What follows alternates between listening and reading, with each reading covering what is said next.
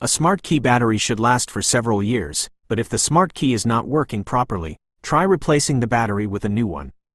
To replace the battery in the smart key, follow these simple steps. 1. Remove the mechanical key. 2. Pry open the rear cover. 3. Replace the battery with a new battery. When replacing the battery, make sure the battery position. 4. Install the battery in the reverse order of removal. The smart key is built to provide reliable performance for years, but it may malfunction if exposed to moisture or static electricity. Always use the correct battery type to ensure the smart key functions properly. Using the wrong battery can lead to operational issues. Handle the smart key with care to avoid damage. Avoid dropping it, exposing it to water, or subjecting it to heat or direct sunlight. When replacing the battery, dispose of the old one in compliance with local laws and regulations.